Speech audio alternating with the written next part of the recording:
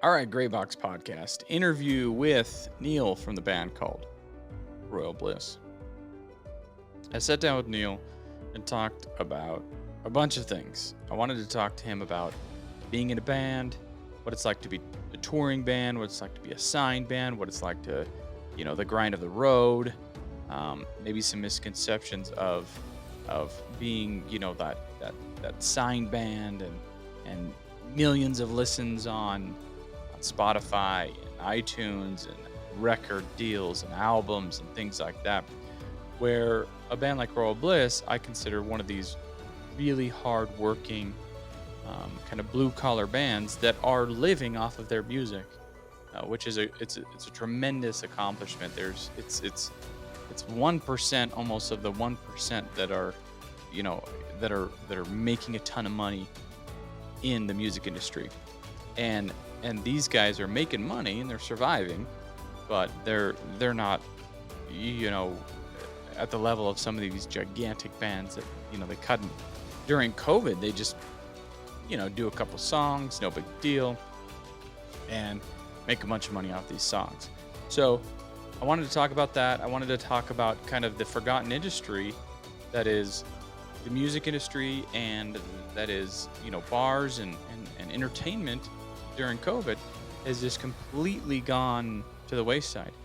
We no longer have any of that. It slowly looks like it's opening up. It slowly looks like we're going to see some of this stuff.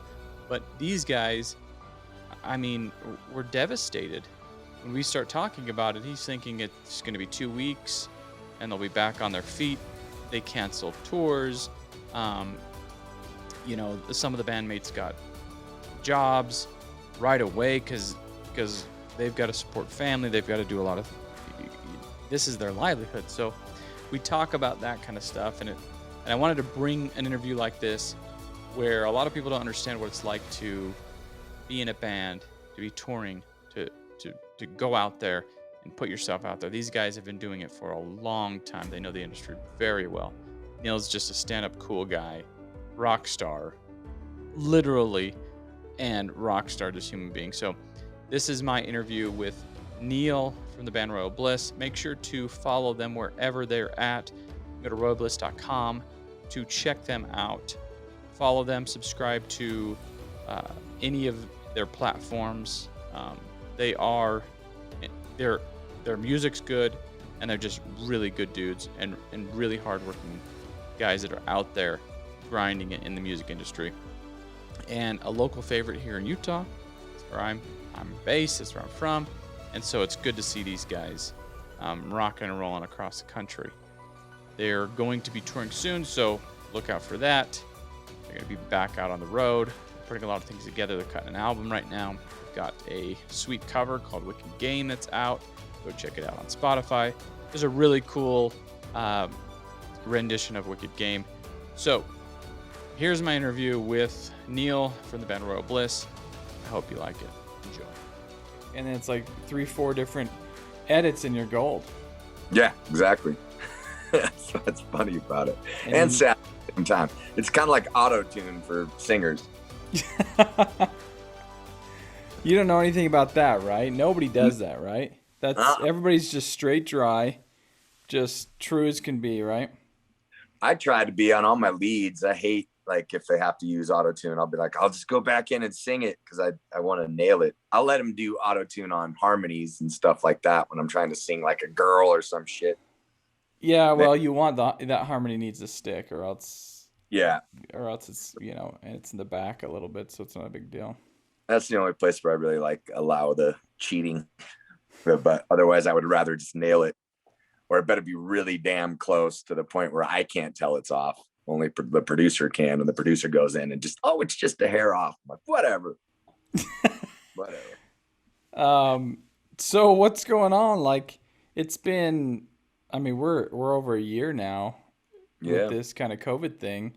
And when I was messaging you, I've been thinking about, because I was in a very, very, I would say unsuccessful, but, fun band in terms of when you talk about success and things like that. But it was really fun, and we had a little local following and stuff like that, and it was fun to do. But I started thinking about like bands like you guys, the bands that don't have, you know, platinum, multi-platinum, just these big giant contract deals and that are multi-millionaires that are, I'm thinking of bands that are on the road. Like Yeah. what do you guys do? What happens? It's it was a big, reality check for us because, for one, we were part owners in a live music venue as well and bar. And so, it's like we had one of the biggest years of our life on the books for the band, and as well a phenomenal year for the Royal. So it was looking to be one of the best years of our career. And then of course, everything March hit and everything got shut down, and we had like 150 some odd shows get canceled.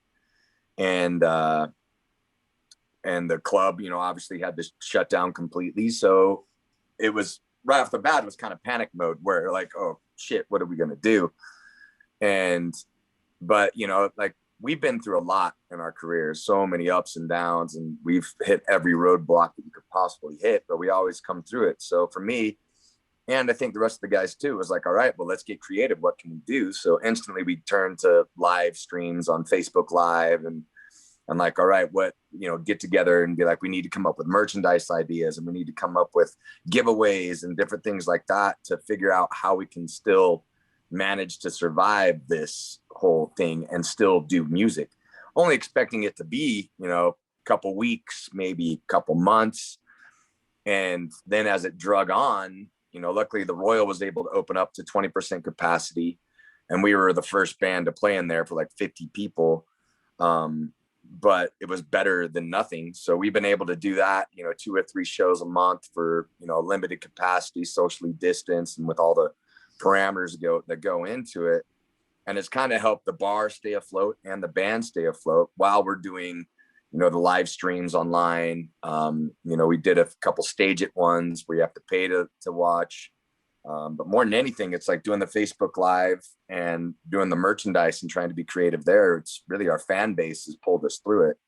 But I mean, it was a shock to the system. A couple of the guys went and got jobs instantly because they're like, oh, we're screwed. We're, like Yeah. just, getting a side job to start working. And then, just, but then we figured out how to pull through it. And those guys were able to quit their jobs and focus back on music. We signed a record deal in the middle of all of it, back in May, or April, actually. We signed the record deal, which didn't give us any money, but it allowed us to go into the studio. They were paying for us to go record a new album.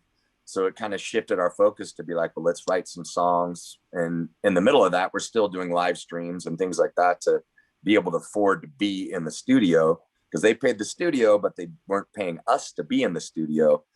So as long as we could survive through that, so we were able to, like usual with Royal Bliss, just get creative. Like even when we have breakdowns on the road, it's not, we don't panic, if the engine blows up or something like that. It's just like, where are we? Who do we know in the area? Look up a local U-Haul, you look up a local motorhome company, look up a trailer company, like call AAA, get on the phone. If we can't figure it out on our own, then AAA will come take care of it. But, instead of like going full panic mode, what are we going to do? We just get into action and start figuring out ways around it. And I think that's one of the reasons that Royal Bliss is still around today, is because we are like that, where we don't just give up, throw our hands up and say, oh, we're screwed, go work at Amazon. Instead, we improvise and figure out a way to survive. And I think we've done really good in this. And it's been an actual like blessing that we've had this year off, because we've been on tour for basically 20 damn years, constantly, and road dogs. So it's nice to actually get some time at home away from the road. We were able to kind of refocus and fall in love with songwriting again, and be with our families was number one. And so it was kind of a recharging moment for us, because we were forced to take a break. Even though we're playing, 3 shows a month here or there, or a couple here and there, it's nothing like being on tour for 3 months at a time. So you know, and we're a small business. And I think a lot of people don't think of it that way, where, you know, we're a small company. We're an LLC. We've been that way for 20 years. So we have accounting, we have employees, we have families, we have mortgages, and we have no other fallback plan. I mean, our business, our small business is Royal Bliss, and same with the Royal. So it was like, you know, we caught some flack for doing these shows, but it's no different than any store being opened or any restaurant or anywhere else being open for that matter. And we followed the guidelines, and, you know, we called the health department right off the bat. We're just like, hey, what do we need to do? What can we, whatever we have to do to get our doors open, we will follow those rules. And we did. You know, I mean, it's not always perfect. You know, sometimes, you know, people walking around, we got to tell them to put their masks on or make sure they go back to their seat or whatever. And it's a pain in the ass because you work 5 times as hard to make 20% of the money you were making before. But, you know, I think for most people, well, I think everybody has like their own issues with not necessarily COVID itself, but I think one of the big issues that I had is kind of picking winners and losers, saying, for like instance, bars can't be open, or if they are open, it's limited capacity, or, you know, just kind of the term that I've kind of been upset with is the essential workers or the essential jobs, and then the non-essential jobs. Essentially saying a place like the Royal is non-essential, but it's very essential to you guys. Your band is very essential. And I know a lot of people that have these, in the beginning, this quote unquote, you know, unessential work, but it's essential to them. You can't live. Like, what does that mean? Yeah, it's a kind of a slap in the face, you know, for a lot of small businesses out there, a lot of people, especially in the entertainment world, that, you know, base their lives around this, or put in their entire life savings, or dedicated their entire life literally day in and day out to this business that they've grown. And then for people to say, oh, well, your business isn't required for life sustainability. But for us, it is. And for my kids as well, you know, and for all our employees and everybody else in the band, and beyond that, you know, it's the entertainment industry has been hit so hard because of that non-essential, you know, stigma and things like that. But, you know, my argument is, I mean, I guess there's no science behind it, but I think people need that mentally, the strain on people to not have connectivity with other people. You know, I mean, we're social creatures, and taking away sports and taking away live concerts and these moments that bring us all together, where, you know, you don't give a shit what the other person believes that's next to you in a concert. If you're all singing the same songs, you don't care. And that's the same thing if you're wearing a Jazz hat at the Utah Jazz game. You're all friends. You're all on the same team. You're all in the same party. And I think that's what's missing so much in the world, is that togetherness. Instead, it's just people are stuck on social media just screaming at each other because all there is their differences instead of what brings them together. And so I feel like concerts need to come back sooner than later, because you just see this like dive of people, and I've seen it with friends and everybody else, just sinking into these holes and of fear and everything else, of like the world's just going to shit because they don't have these outlets, these artistic outlets, or, you know, the sporting outlets, you know, where it's like they can't connect with other human beings on a even field, you know. And so I feel like mentally, like when we see people come to our shows, they're so grateful that we're actually playing and doing that, so they can have a sense of normalcy and have that connection to other people. Like there's just something inside them that they explain to me that like has been missing. And, you know, some of them get way overwhelmed with emotions and break out in tears while they're telling me thank you. And so I see the effects of playing live shows on people, and I mean, firsthand.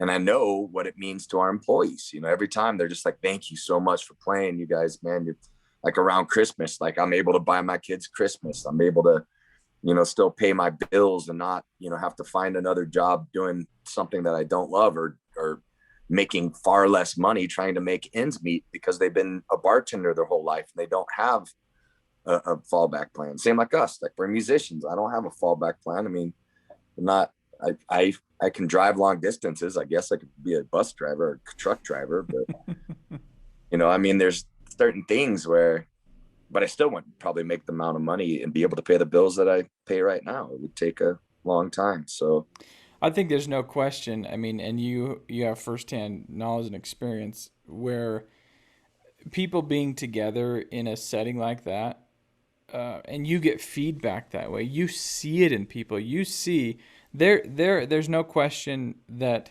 there are people that are having a rough day, a rough week, a rough year, and they can go to a concert or even a coffee shop or a sit down or somebody's playing some music and they can get some feedback from that person, whether it's the artist, the musician, or whether it's the person, the fan, or the casual just listener. It changes you. It can change a bad day into a not so bad day. It can change a bad year into a perspective where you can say, you know what, life isn't that bad. What this singer, what this band is saying to me makes me feel differently about whatever was going on before. I mean, you guys feel it. I feel it in the. I've felt it in the small little instances of playing shows where you get that feedback from people. You know that people are feeling something. yeah, And primarily, most concert venues and shows is a positive situation. They're there to experience positivity. They're there for that moment. They're there happily paying money to see somebody they love or songs that they love or things like that. And endorphins raise, all these things go up. yeah, And everybody's been stuck in their homes. yeah. And they don't get that anymore. No, and I think it's affecting people in a super negative way. You know, it's obviously you've seen numbers for suicides and divorce rates and abuse and things like that that are going through the ceiling. And because there's no release for people. You know, vacations are hard to come by, especially in the winter months, like when people can't go camping, you can't go out to the lake or whatever. And it's harder to go up in the mountains and get away, at least out here in Utah. But you know, I've always kind of looked at it as our job. Whenever people are in that building, they're in that venue, our job is to take them away from everything that they're thinking about outside of those walls. And you know, we have them for at least 90 minutes where hopefully they're not thinking of anything negative in their life. If it's somebody wanting to, you know, I need a break, I need to go to a concert, just get some energy out.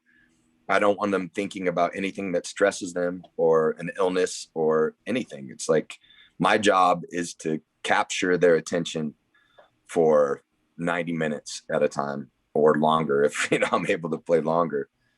And now more than ever, I think people need it because it's this pent up frustration. So, you know, but I will never take it for granted ever again and take it even more serious that, you know, going into the future when am able to play, that is my job, you know, almost like a therapist or whatever. But, you know, it's my job to take these people away and give them the best experience, the most positive experience that I can possibly give them, because that's what everybody needs.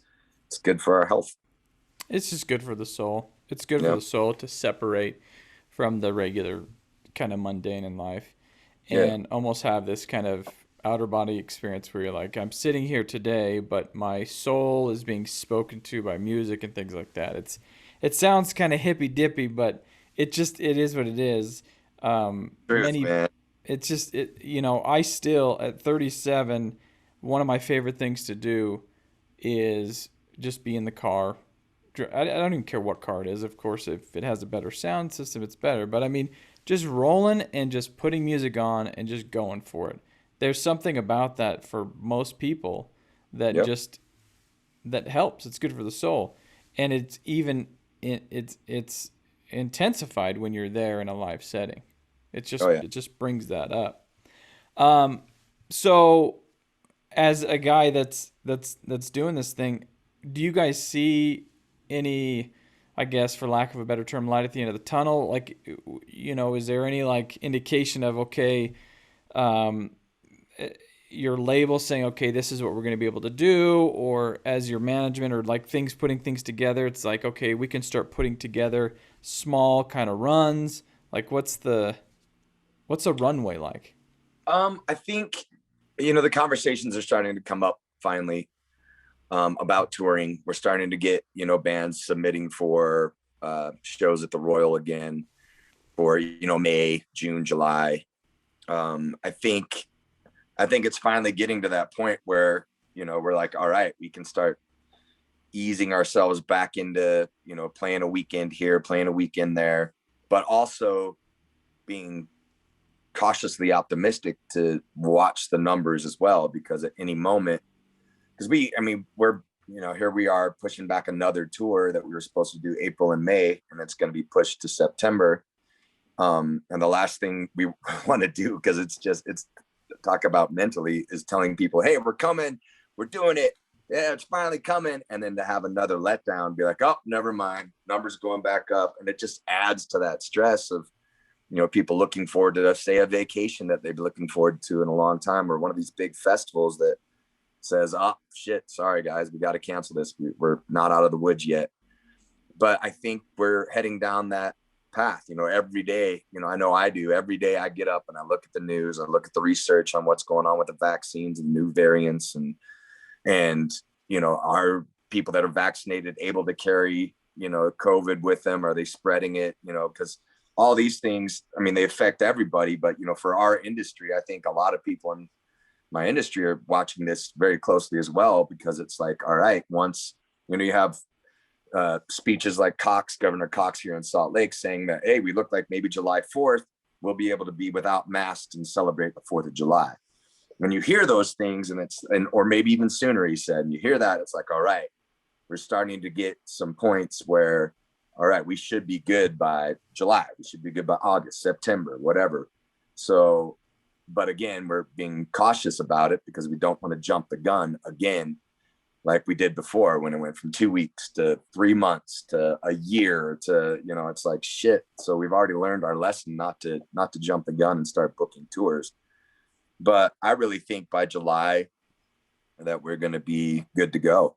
As long as, people do, if they get the vaccine numbers to where they want, people get vaccinated, people already have COVID. I don't know how they're going to come up with that, but every day I think the research and everything is coming in, so they understand more about this virus and can figure out ways to have people not die from it. And I think that's number one.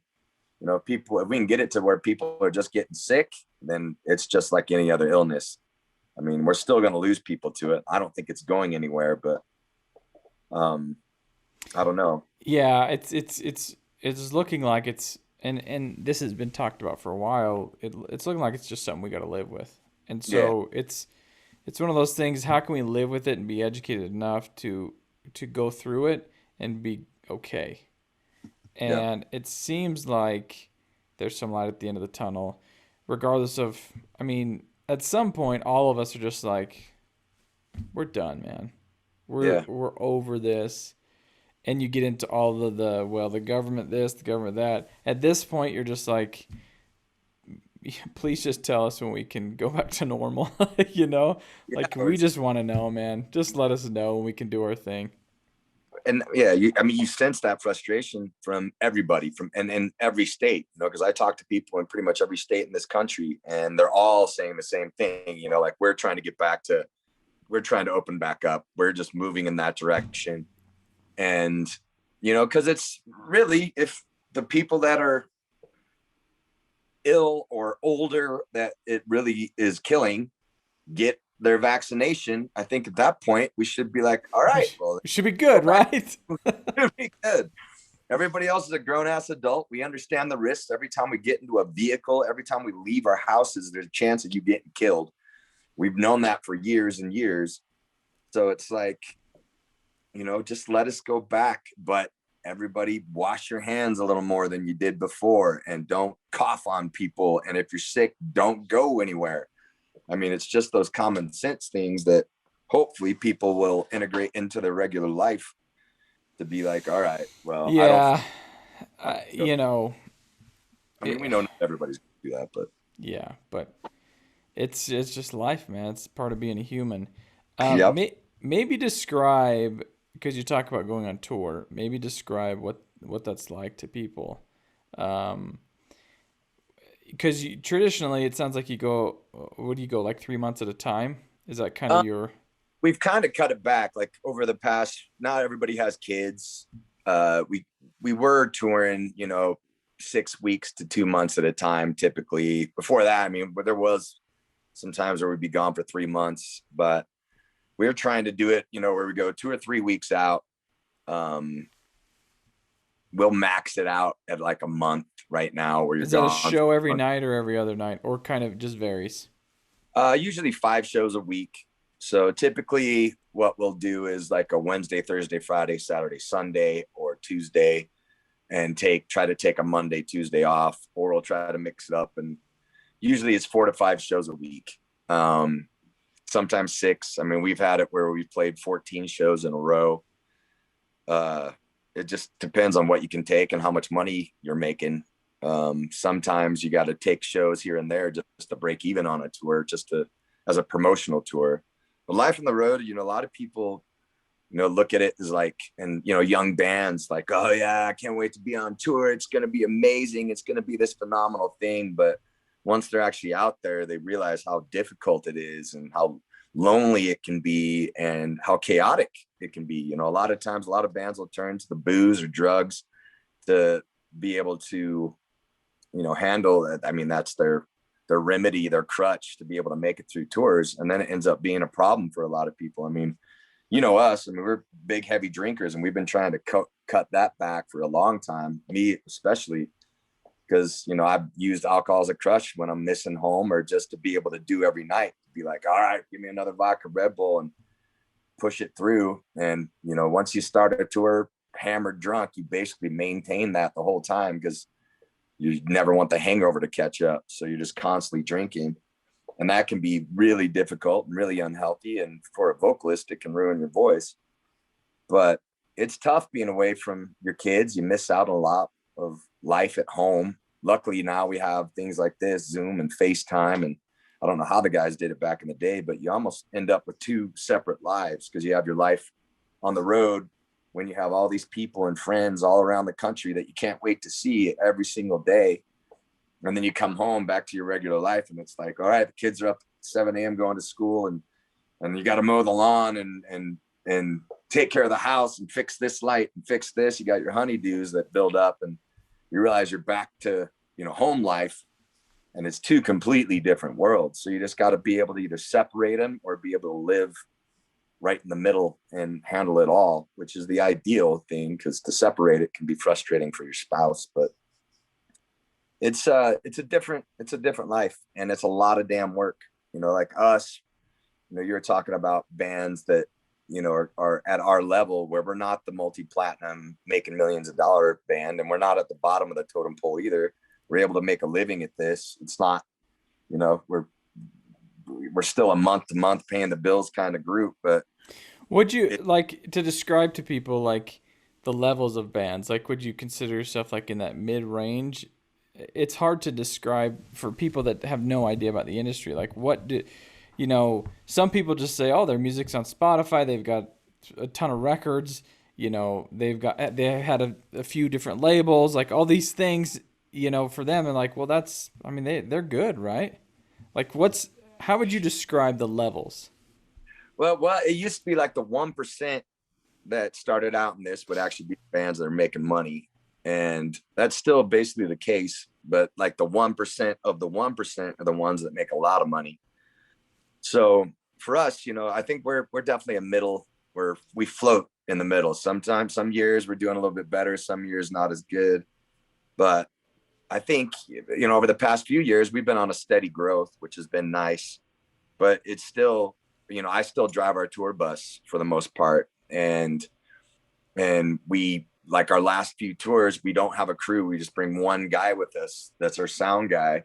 So we handle our merchandise sales. We handle loading in, loading out. We handle the driving. So I'm driving after the venue for a couple hours, sleeping in a truck stop parking lot, waking up, driving to the radio station, doing an interview with the radio, playing a few songs on that, driving to the venue, loading in, doing sound check, go back, try to take a nap for a couple hours, play the show, or do a meet and greet, play the show, do another meet and greet, and then get back in the bus and drive for another couple hours. I mean, it's a lot of damn work that, you know, so many bands that are coming up don't understand the road life, but the road life is the only way to make money at this industry, pretty much. I mean, you can, like some of the Spotify numbers, if you can get a good Spotify campaign and sponsorships and publishing, if you can get sync licensing and placement and TV and film and all that stuff, you can make money there, but that's difficult. You got to be a part of the cool kids club. Yeah, so maybe describe a little bit of the Spotify iTunes situation. Do you make any money on that? Yeah, you know, we make more money with Spotify and streaming than we do with sales. I mean, it is still minuscule when you look at the numbers. If the numbers were the equivalent to CD sales, then we'd be rich. We'd be killing it. You know, it'd be Isn't awesome, that's what's crazy about it is what's the beauty about this Spotify and iTunes, all this stuff, and Apple Music, or I mean, let's see, like Google Play and Amazon, all these things, is that I can see any new thing. Like you guys cut that, was it Wicked Game? Yeah. And I mean, it's just instantly there for me. It's just boom, it's on there for me, and the tangibility of like a record, a CD. I was talking to a buddy of mine. When you'd go to the record store, the CD store at, you know, like 11 o'clock at night, because when it struck 12 a.m., you could go get the new Tool album or the new the new Live album or whatever or whatever it was, and that just isn't the thing. You rode a bus to get there or something like that.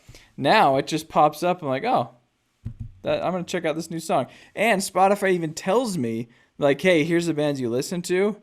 Hey, like just recently, Miles Kennedy, here's this new song came out, Miles Kennedy, whatever. Boom. It's there. It's there right in front of me. That's just so easy. I mean, that's really, and for a band like us now, like our strategy now is we've got to play the Spotify game. We're a radio band, and we had, you know, this last year we had 2 top 20s on national rock radio, which is huge, but it doesn't translate like it used to.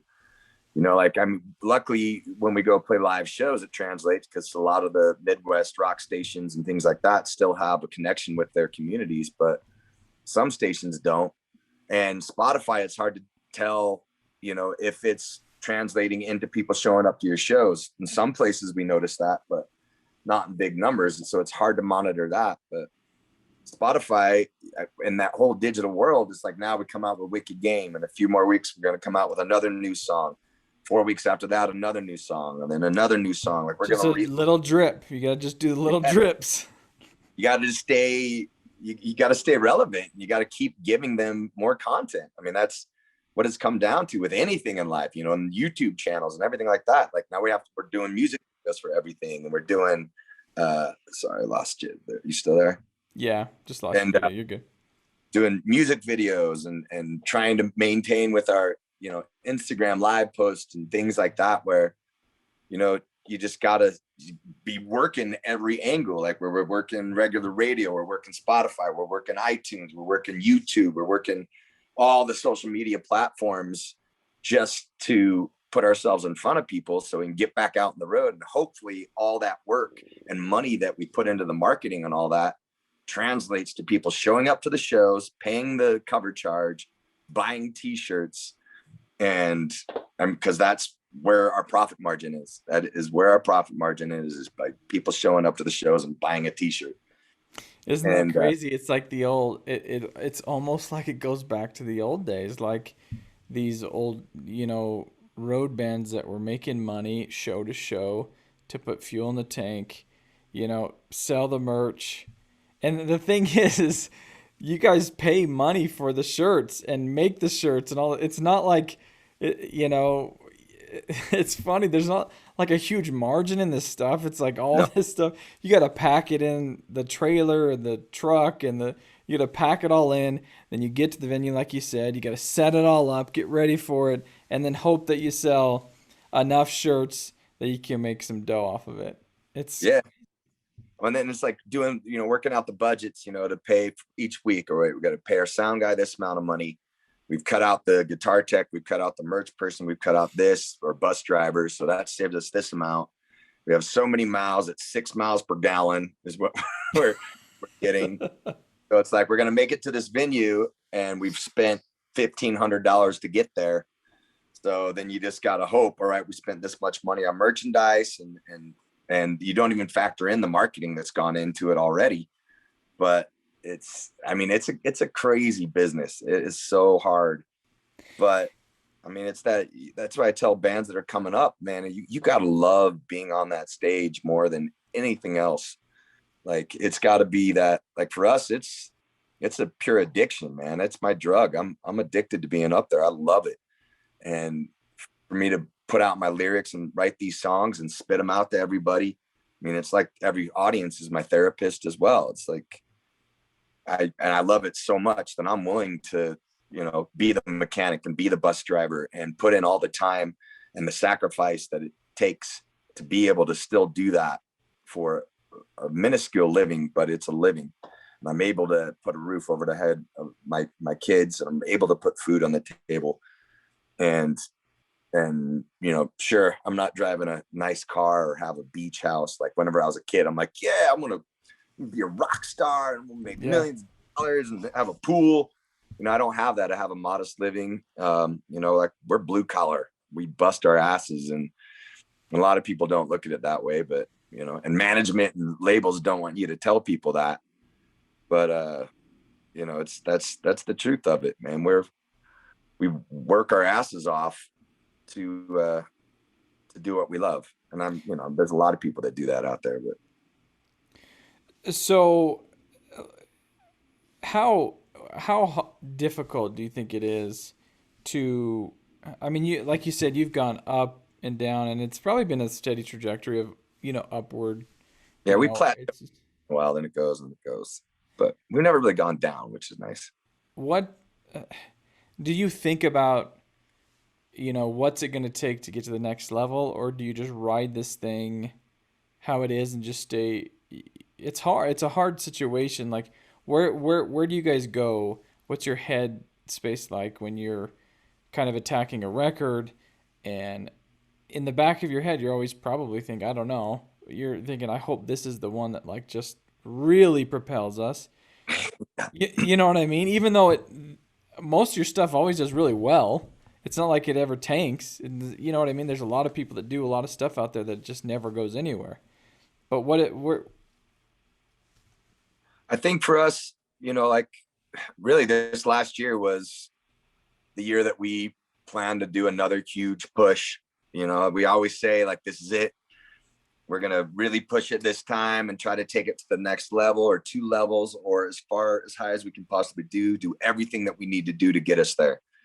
And then, of course, the pandemic hit, and that, of course, we have that thought in our head where it's just like, well, shit, man, maybe this is it. Maybe, we've kind of hit, this is the sign to be like, finally, you got to hang it up and just do what we do and just continue to play a few shows here or there. I mean, I think we'll play Royal Bliss for forever, no matter how big we get or how small we get.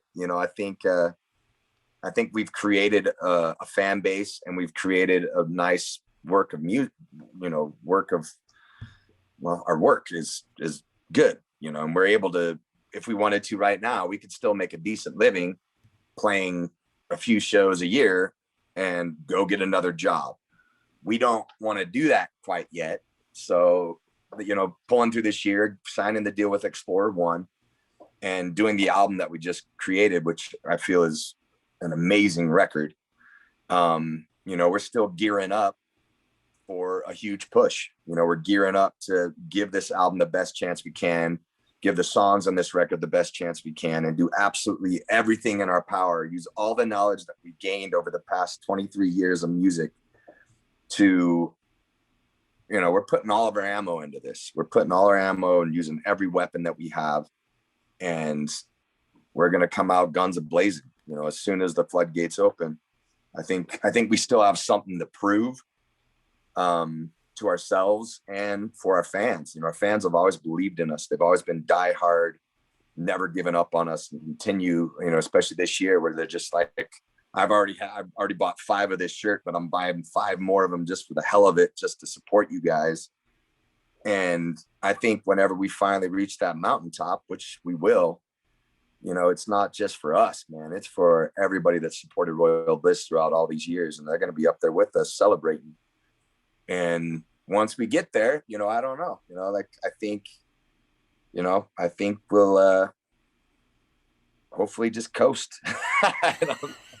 You know, if we can get up to another level, it'll be a lot. It won't be as so hard, you know. I mean, and that who knows, because we haven't quite reached that level. But you know, I figure if we can do what I think we can do, we're going to be really busy for the next 3 or 4 years, and then after that, we can kind of move to playing some festivals and maybe only playing 30 shows a year, and be comfortable, you know, and all worth it.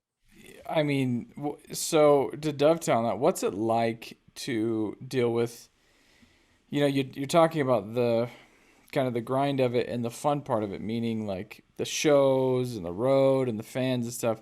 What is the management side and the label side, and what is that like interacting with, because you guys haven't you had a couple labels before?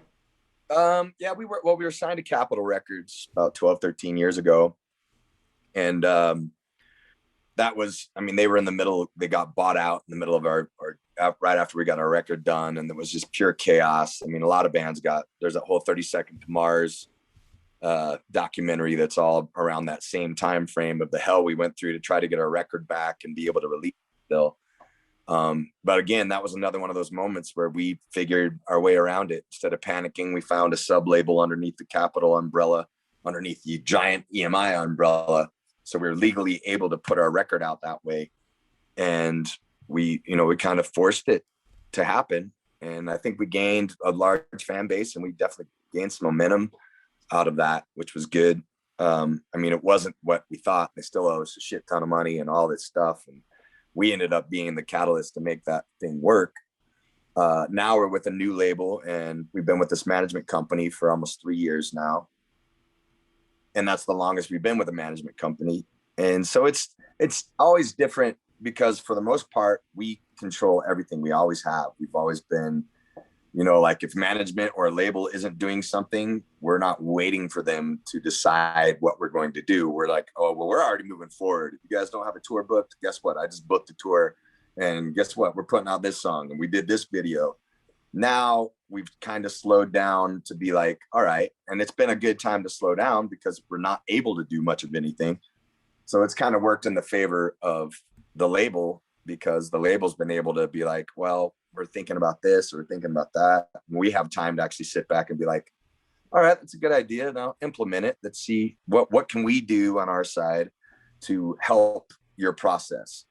So instead of us just kind of doing our own thing, which we've always done, even with management for the most part, we've learned to be like, okay, we'll listen to you guys, and we'll, at the end of the day, it's still our decision, but we'll listen and we'll see how you implement some things. And if they work, then great. And we will do everything in our power to work with you and have a good open communication, so we're not all discombobulated, which can happen in big labels and can happen in big management companies where multiple people are trying to work on the same thing but working on completely different maps. And but now I think this label's young and they're figuring some shit out, and so we're kind of going along with it, and we've gained a lot of knowledge over the years, so we have a lot to bring to the table, not just the music but the business side and connections and things like that. So we're all trying to put everybody's connections all on the same page with management to be like, all right, now let's all implement the same strategy together.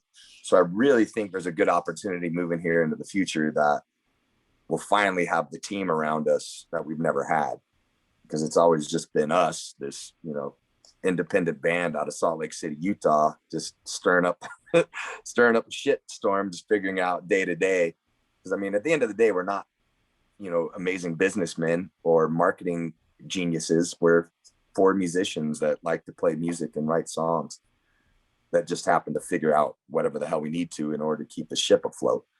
But now I feel like with the team that we built around us, we have a good army, and with our fan base too. So What would you say that does each member of the band have kind of like a role?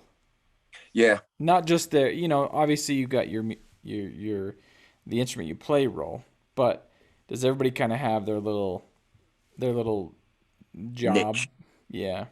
Yeah, everybody, me, Taylor, and Jake are the ones that have been around for the whole time. Taylor, handles the majority of our accounting and a lot of the back end stuff, distribution, and some of the label stuff. He's more of a point of contact with management when it comes to money and comes to certain things in that realm. I handle, of course, the interviews. I do a lot of the booking of the tours. I handle a lot of other business side of things, sponsorships, investments, and things like that. Jake is our digital designer. He comes up with all the digital designs for most of our posters, our artwork, our, things like that. But, and Brian is an extremely creative source of doing the videos and implementing on things like that. And then coming up with cool, building table pieces and mirrors for giveaways and shit like that. So we all understand our roles within the band. That's like, you handle this, you handle that. So it's not total chaos. And we try to have weekly meetings because, again, we're a business and we need to stay focused on who's working on this and who's working on that. And then we have our meetings with our management, and the management is our liaison with the label.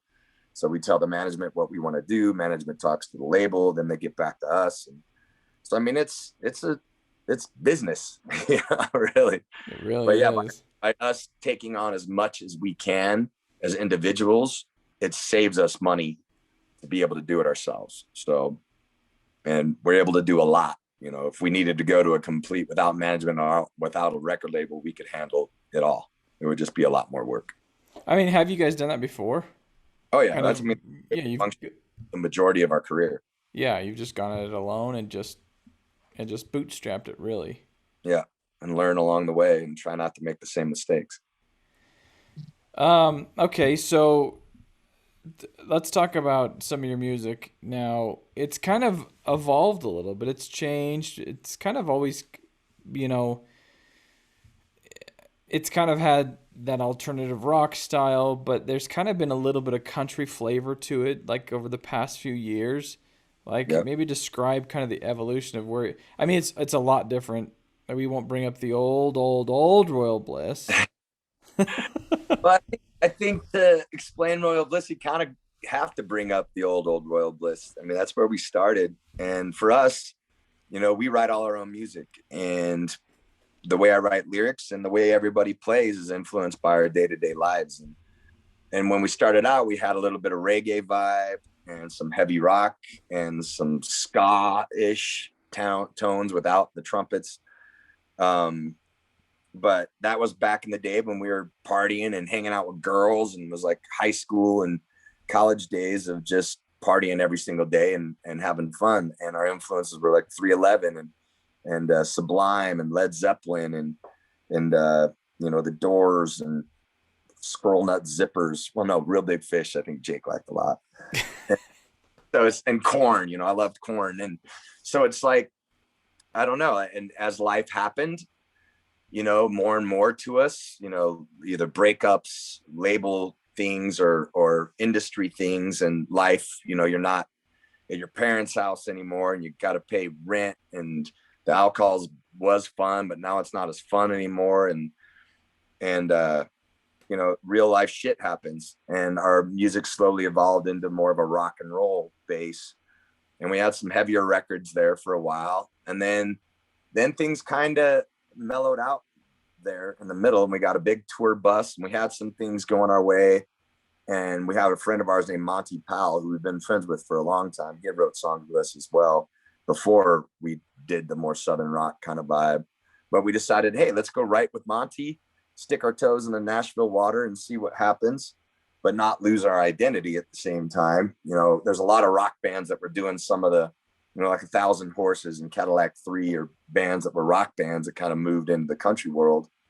So we decided to test it out. And that was kind of I would say, not a dark period for Royal Bliss, because there was a lot of fun. We learned a lot by going that route, but it was kind of it was a shady area for Royal Bliss, because there was a lot of internal shit going on inside the band and inside me that was off. And so I think by turning and writing with other people, it was just like, you know what, let's try this out. If this works, we're able to continue to play music.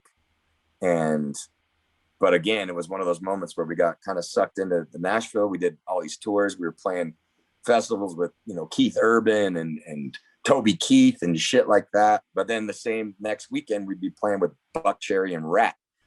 And so it was very different. I just changed my shirt, but we were pretty much playing the same shit. And you just had some button snaps on your shirt, and then you throw on the t-shirt. changed from a plaid to a black t-shirt, and we're good. And but it was weird. Like, I learned a lot in that area, like songwriting. How were you received in some of these more country settings? People loved it. People really liked it. We weren't the traditional country. I mean, I wasn't twanging out my voice. We were just singing. We were a rock band playing some Southern rock, kind of, more like I can't believe I just spaced their name, but you know what I'm talking about. Yeah. Simple shit. Freebird. How come I can't think of their name right now? Leonard Skinner? Skinner, got it. There we go. But that was more of that kind of vibe. Yeah. We got to play with Leonard Skinner. It was awesome. That was one of my favorite shows ever.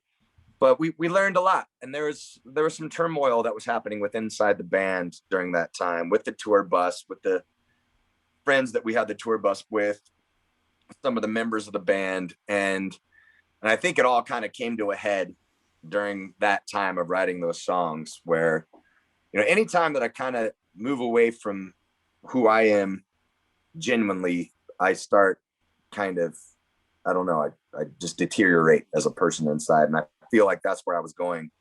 And that's whenever we kind of, Dwayne left the band, Sean left the band, and it was just me, Jake, and Taylor. And then Sean's brother Brian, who was our merch guy, who was an amazing bass player, would just like come and join in. And we kind of fell in love with writing and playing, and fell back into the rock and roll, which is where we belong. And so it went, and we had a lot more shit to sing about again, where, struggle and those kind of things that we were going through at that time. And then we kind of just went back into our, a whole new, I think, a new level of songwriting and rock and roll that I don't think we would have had if we didn't do the Southern rock thing. So I mean, something that's interesting that I, just having the minimal experience in music and being able to play drums and guitar and things like that, I'm always surprised at people that get mad at bands for changing things up. Yeah. For trying, you know what I'm saying? Like there's so much evolution that happens in bands. Like, I think the first real big one when I was a kid was Metallica, when Load and Reload came out. It was like, these guys sold out, they're done. And I'm thinking, they're just writing some different stuff. They're in a different place in life. Yeah. And try to, go down that road with them and see what it feels like. And for some reason, it's like us with sports players. If they go to another team to win, we're like, why are they doing that? They're sellouts. And I think, well, that's what we do as humans anyway. If somebody offers me another job and it's way, way better, and I can be, this much higher, I'm probably going to take it. But instead, we're like, those guys can't do it because those guys have to be true. Those have to be true to what it is. Yeah, and that was frustrating. And I think there's still people in our industry that are mad at us for even going to Nashville and having a song on CMT and playing some of those festivals and testing out those waters. I think there's still some resentment there amongst certain people. But if bands don't evolve, if you don't change, that's what kills a band. That's what slowly deteriorates them. You got to mix it up a little bit. And, again, it goes back to that staying relevant. You got to stay relevant for yourself too, and constant new content for yourself. Because you just keep writing the same old bullshit over and over again. People are either going to get sick of it or you're going to hate what you're doing. So for us, I mean, I have to love the songs that I write. And I think there was a time there with that, some of that country stuff where I was open to other people's suggestions. So the songs weren't all mine. They weren't as personal. I was writing for other people, and I was writing with content in mind of writing, more of the way that, Nashville writers write. And that's not why I write music. That's not why I perform music. I perform music because I have to, or else I will lose my fucking mind. Yeah. And that was kind of what it came to a realization during that time frame where, I got to just write from my soul or write from my heart and be honest and not worry about trying to write a hit. If we write great songs, they end up being a hit. Hell yeah. If not, then there's songs that our fans love and it means something to them because the lyrics are honest to a point that they can relate it to their life. And I always tell people, take my songs and take my lyrics and make them yours. I don't care. It doesn't matter what it means to me. It matters what it means to you. And, I think there's so many bands that get caught up, and it's usually labels and it's usually management. Just like, no, you got to have this, or half those bands don't even write their own damn music anymore. So, really look into some of those bands that you love so much and see who's actually writing those songs. I always tell people all the time, all you have to do is look up the record and you'll see who writes the songs. Yeah. You'll see who actually writes those songs. And it's nothing to take away from some of these artists. They're artists too, and they do some good performing and they sing and all that stuff, but sometimes it's a little disingenuous, especially for, bands like you. You're like, man, those guys aren't even writing their stuff. They've got essentially a bunch of suits that are writing this stuff for them because it meets a pattern.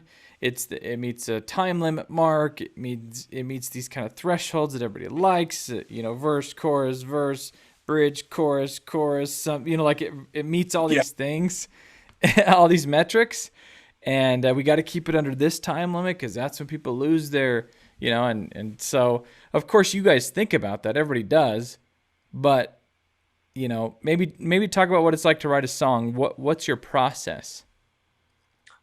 We don't have an organized process, that we continually go to. For the most part, I think the majority of our songs come from somebody has like a riff idea, or we're just in the room here and start jamming and see what happens. Or I'll be like, somebody will be dinking around on something. I'll be like, oh, that was really cool. Keep playing that. And I'll make up some sort of melody. And then we all just start jamming. And that's kind of the majority of our songs come from like that, where I got a press record and I got a nice little system. We've probably written 1,000 songs that have never seen the light of day because we'll just jam and I'll just be making shit up and making up lyrics and making up melodies, and it feels good. And the guys will be like, oh, well, that was awesome. Let's use that as a verse. And this is a chorus. And then we'll work through it and we'll create a song that way. And we'll go back and listen to it and, and be like, what do you guys think? And then we'll kind of dissect it and take it to the next level if it's good enough. And then we'll start, the pre-production process of focusing on the song and coming up with the parts the way they like it. If we need to add a part or take away a part, and then it'll go to the producer, and the producer will come in and help us out with that as well. And sometimes the song just pops in my head or pops in one of the guys' heads, and they'll write the whole thing and be like, check this out. And then everybody adds their flair to it. And like Paranoid, I wrote that while we were driving. I was driving the tour bus across down I-80. I also wrote Home that same way, where it was just a song pops in my head and I'm like, is this somebody else's? And I start singing it, and then I got to pull over and record it real quick before I lose it. But a lot of the times it just happens organically. Especially for me, and I have to record everything I'm doing because I don't know what I'm saying until I go back and listen to what the hell I'm saying. And so I'll listen to the lyrics and see what I'm singing about, find a topic, and then come up with the melody of the song and then write lyrics. Usually I won't write the lyrics until the day before the studio or the day of the studio that I record the song, because I'm a procrastinator and I'm really bad to sit down and write lyrics if it's 3 months before a song's done. You just need to say, because I want to feel the moment. I want to be in the moment of the studio in front of that microphone. I want to be in. It's got to be in my headspace. That's why I wait till the end. And that's probably true, to a certain extent. I've always been a procrastinator. I think that's where I come up with my best work, is whenever the pressure's on. Like our latest record, I went up to Portland to do all the vocals, and I would write the lyrics. I had a 1.5 mile walk from the home that I was staying in to the studio. And I'd walk from the home to the studio, writing the lyrics that I was supposed to sing that day. Because in that moment of the pressure, like, you're going to the studio to sing this song right now. You gotta have this done before you go in there. The producer's gonna be pissed. And I'd sit there in the morning or at night and write lyrics at the house I was staying at. It was awesome. But I think there is that pressure of, you got to come up with it right now to come up with the best shit. So, What has been some of your biggest songs? I mean, in terms of, there's so many ways but as far as popularity, and then in terms of some of the songs that you're just, some of your favorite songs, I know it's hard to pinpoint it, but. I'd say Crazy is probably our number one. And I think that song, because you can feel the emotion in it, it's an extremely honest song about missing my family and being in love. And I think that song is so popular because I think people have taken it and used it for a wedding, or used it for a funeral, or used it for, we always sing it dedicated to the soldiers, to our men and women in the service that have to be away from their families for 6 months at a time. And it's a song that a lot of people can relate to. So I think that's probably why that song is so popular, because people relate to it. And there's a song, Dreamer, that is huge overseas. I've noticed it's got like 7 million views on some YouTube thing that somebody created. And so it's interesting to see, like, you can look at, like, nowadays you can get on a computer and see where songs are reacting in different parts of the world. Yeah. But I think, like Crazy, Devils and Angels, it's always the songs that people can relate to and that are open-ended enough that you can relate it to your life and be like, that he's singing about me. He's writing this song about me. So, Devils and Angels kicked us off. And I think that was one of our first songs that really launched us, because I think a lot of us have that devil and angel, that whispering and on either side, that whole cartoon reference of, yeah, you should do it. No, you shouldn't do it. Yeah. It's that constant inner struggle that we have. Save Me is another one, and of these new songs, Paranoid and Medication, I think related because it's the sign of the times. A lot of people were paranoid, so they got it.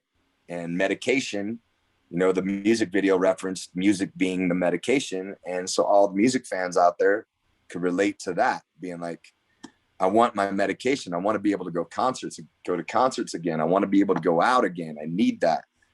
And so, yeah, I think why a lot of Royal Bliss songs are successful or because people can relate to them easily, because they are real life stories, and a lot of them are pretty broad, where you can put it into your life like the song was written about you. So.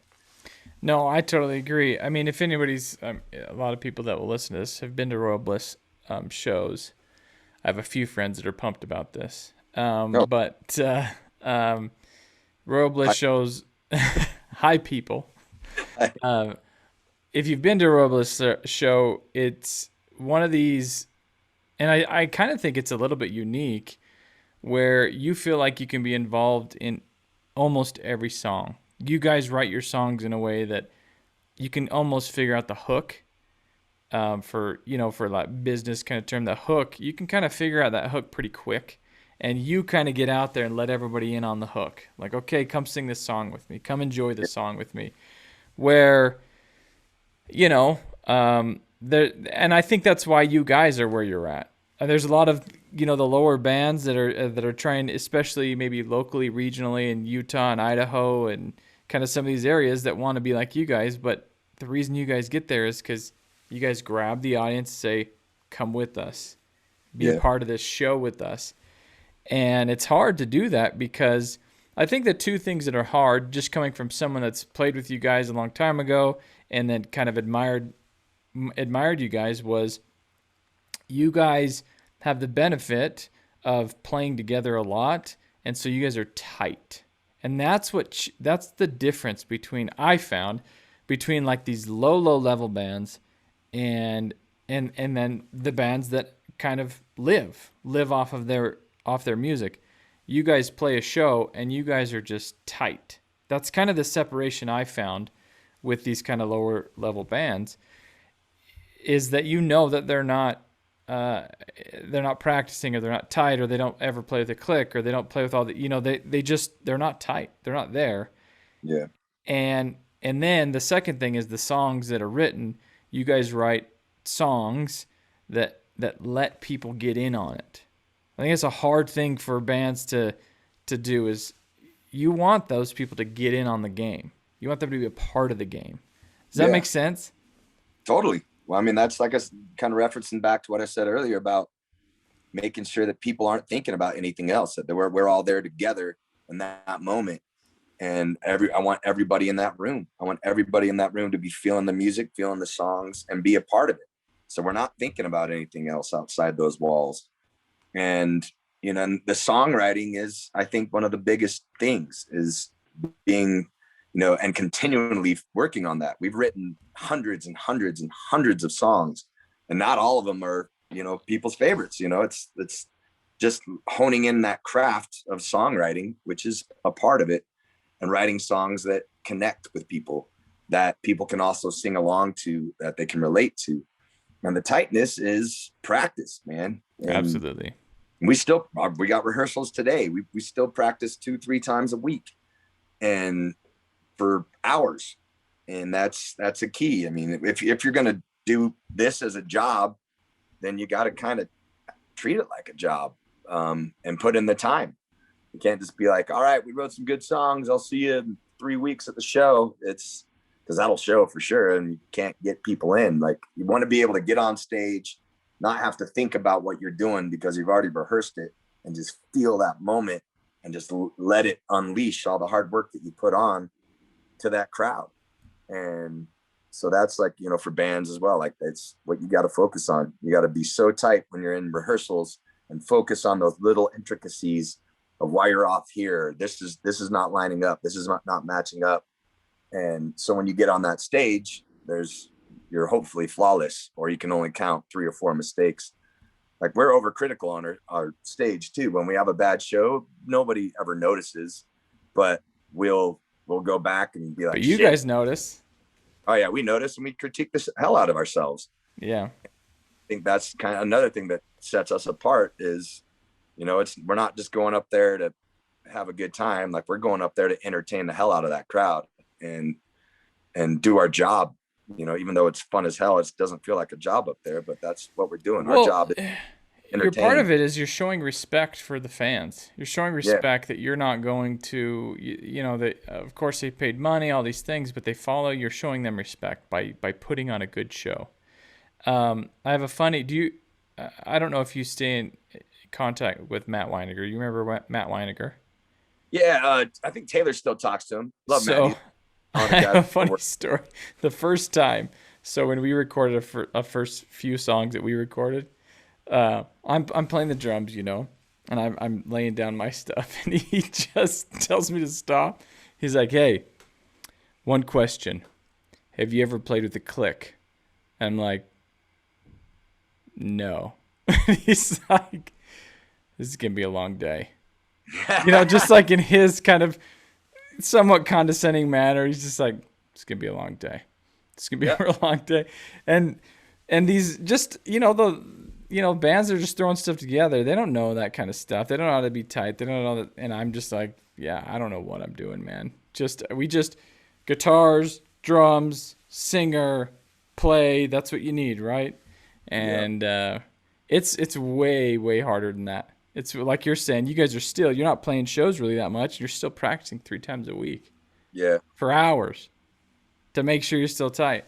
That's right. And just to be tour ready whenever the gates open, we'll be able to get back out there. But yeah, I loved working with Matt because of that aspect. Like he'd call you out and be like, you need to go home and practice your guitar, or you need to go sing this song, or you're off key, you're off this. And, you know, he'll send you home and be like, come back tomorrow knowing how to play this song. Yeah, Or yeah. Have you even practiced? Like that's what exactly. So we did that, and then he said, you guys need to play these songs, record them, and then send them to me first. Send them to me played, so we know what we're working with, and we'll save yourself a lot of time. Let me ask you this: who do you listen to? What are some of the bands you like and listen to? Oh man, Like, what's on your list right now? Like, I'll throw a few out there. I'm a huge Miles Kennedy fan. I love his stuff. I love really anything he stamps on. Let's see. Seven Dust, and then Clint Lowry. I'm really into a lot of Clint Lowry stuff right now. I mean, there's a lot of stuff, but what are some of the people that you're listening to and liking? I'm in a constant quest for new music to fall in love with. But I like the Glorious Sons. I like those guys a lot. That first record that I heard of theirs was amazing. I listen to a lot of, I don't know, like folk Americana, more songwritery kind of stuff. The Head and the Heart is one of my favorite bands. I absolutely love them. And I'm really excited to see what Mammoth, Wolfgang Van Halen on our label, like the 2 songs that he's put out so far, I'm actually impressed with. So I'm excited to see what his full record comes out like. And he's playing every instrument on the damn album. So that's like, all right, hell yeah, that kid's putting in the work. For real, yeah. Yeah, Jeez. which is super happy. I love the Black Moods. If you haven't listened to the Black Moods, the Lonely Ones, which used to be Boba Flex. You guys toured around with them for a while, didn't you? A couple times. Yeah. We used to tour Boba Flex all the time. Love those guys. But and the Blacktop Mojo is another band that's fun to like. I don't know. I go through mood swings. So like just whatever I'm in the mood for. I'll put on Seven Dust and Slipknot when I'm doing heavy workouts. I love Seven Dust. Those guys are awesome. I finally got to see them live, a year and a half ago when we were out on the road, and they were just cool as hell, cool guys, and what an amazing show those guys put on. But yeah, it just depends on my mood, what I'm doing. Like, if I go super heavy or I go super mellow, but most of the time it's those, I like the storytelling of songwriters. Like, my favorite vocalist right now is Brandi Carlile, who she just is absolutely amazing. I just can't understand how she sings the way she sings. Is there a certain vocalist that you, besides, is there people that you look up to that you've looked up to forever? I've always loved Eddie Vedder. I'm always, Pearl Jam was one of my biggest influences growing up. And so I love Eddie and his songs. And I went and saw him solo a few years back in Phoenix. And it was a fun show. He reminded me of myself because he was just kind of goofball up there just by himself. He'd mess up and then have to start over and laugh at himself. And he was very real. And I really liked that a lot. As far as other singers, like you can look up to Freddie Mercury, but I don't think I'll ever attain that status as far as what he can pull off vocally. He's like on a different level. Some of his, you can look up to him for stage performance and things like that. It's ridiculous. Seeing the things that the command he has over an audience it's ridiculous.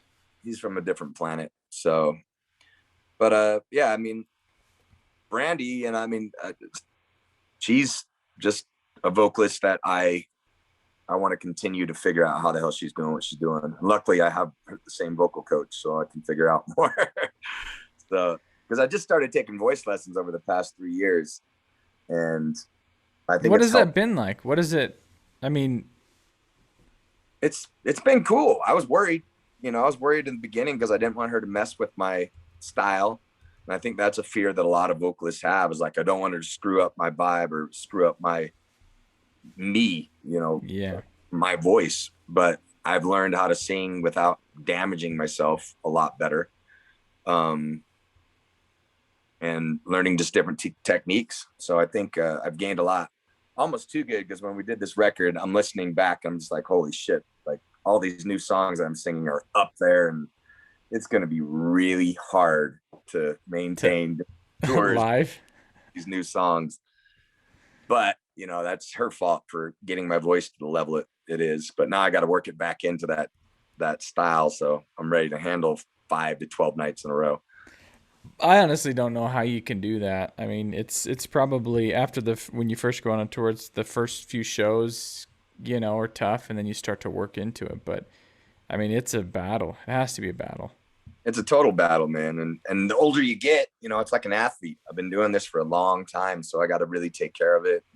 I never used to do vocal warm-ups. It used to be, a bottle of Jim Beam, and I just go up there and do my thing. But as I've gotten older, I got to take care of it. The elevation changes and the climate changes, and it affects your voice. And I got to do the warm ups and warm downs. And sometimes I even travel with a little nebulizer, so I can, if I'm really dry or my throat's swollen, I can nebulize, even have ones with steroids in it if I have to get the swelling down in my throat. And, I mean, it's a process now. It's like, it's like a full on athlete. You got to get your body in good condition and take care of it, especially the way I sing. I sing really hard. And so I'm trying to figure out how to sing less hard and stay, be able to put on the best show I can every single night. But it's taken a lot more commitment to health.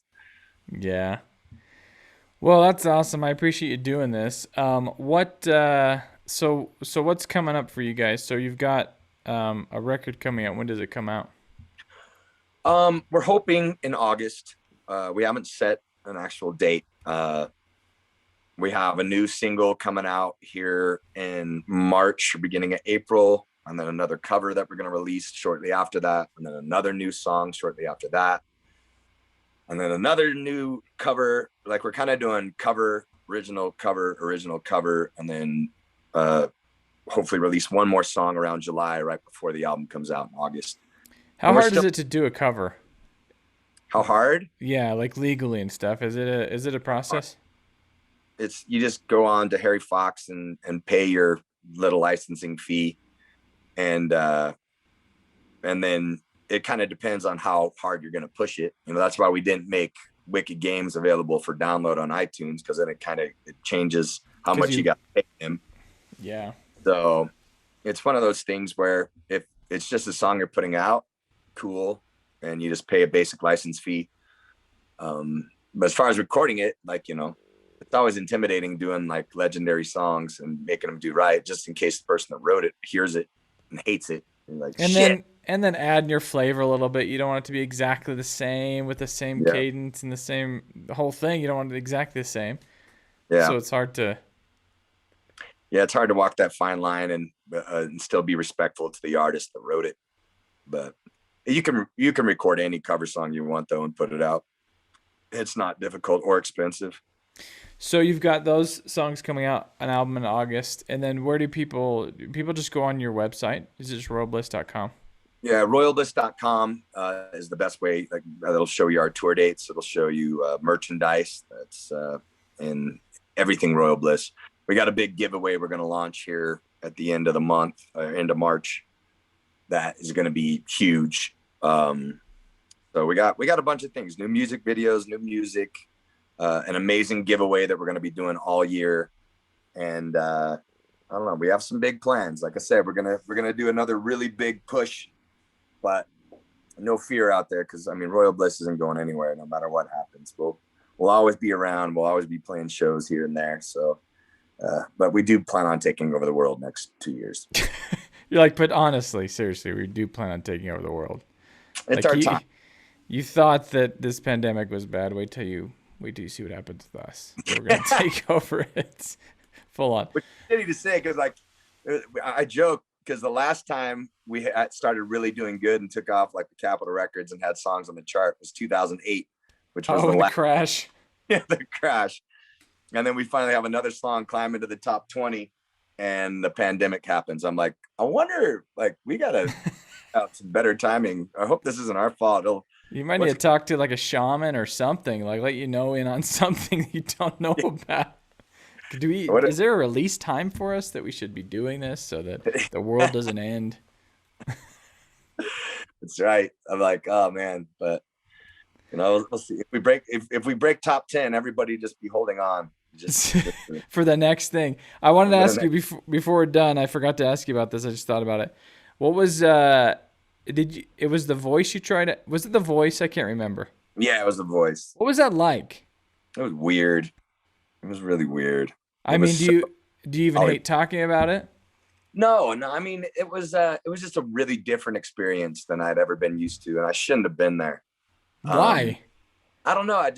It just wasn't my kind of vibe. I was grateful because I met so many awesome people that I'm still in touch with today, but it was such just an artificial environment that I shouldn't have been there. I remember, just being here locally in Utah. I mean, everybody was just, watching you, stuff like that. But I always wanted to ask like what that was like. It was weird. I mean, they picked the song. They tell you what you're going to sing. So it's like. They told you what to sing? Yeah. They pick it for you. Well, there goes probably the criticism you got was like, why did you choose that song? Why did you sing that song? You're like, they said, here, sing this song. Give me a different song. But I could have fought it. They said I could have fought it, but I was like, whatever. I'm going to do the CCR version and rock it out. What would you have sung if you had it to do over again? What would you have done? I don't know, man. That's weird to. I mean, Wicked Game would have been great. Now, I mean, yeah, hindsight with. I love singing Simple Man. You too. With or Without You would have been killer. But I think you have like a certain list because they're owned by, I think, Universal. So you could only do like bands that were under Universal or some shit like that. And then they do have a live band there, right? That are playing. Yeah.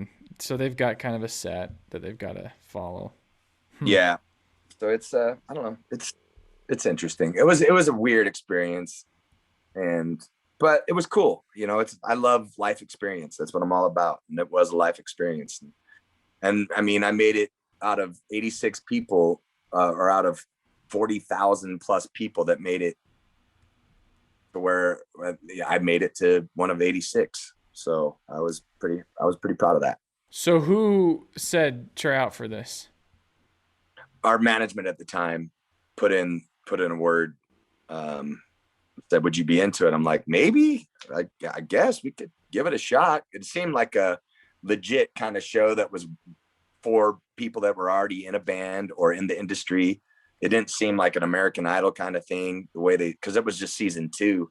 So it was sold to me as like being more of an authentic thing. And I was like, well, I'm a rock singer. You don't see a lot of rock singers on this. Let me go kind of represent the rock community. And so I talked myself into trying out. So I did one tryout, then made it to the next tryout, then another tryout, and then go through, like I was down there for like 4 weeks where you go through multiple like psychological tests and shit like that before you can even make it to the blind audition. I think there's only 150 of us that made it to the blind audition, and then they only auditioned 86 of us, I think. They don't carry very many live ones. Like they don't carry it on TV. No. I mean, what do they do? Like 12? I don't know how many, but they only do a certain amount. Yeah. You were on that one, so that was cool. That's a good. Cool, but weird. You can always have that in your back pocket. You're like, well, especially with the band, you're like, I don't know, none of you guys tried out for The Voice. I mean, I've been on. I was on TV, bro. I was on national TV. Yeah. But have you been on TV? Super Bowl, what?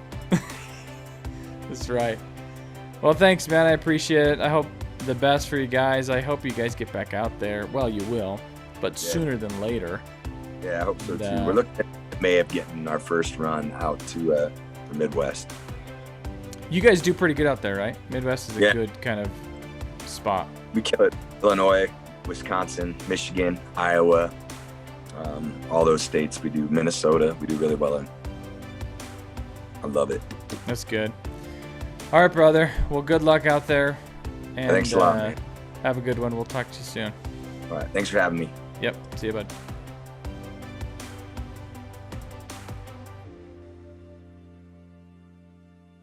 Thanks for listening to the Gray Box Podcast.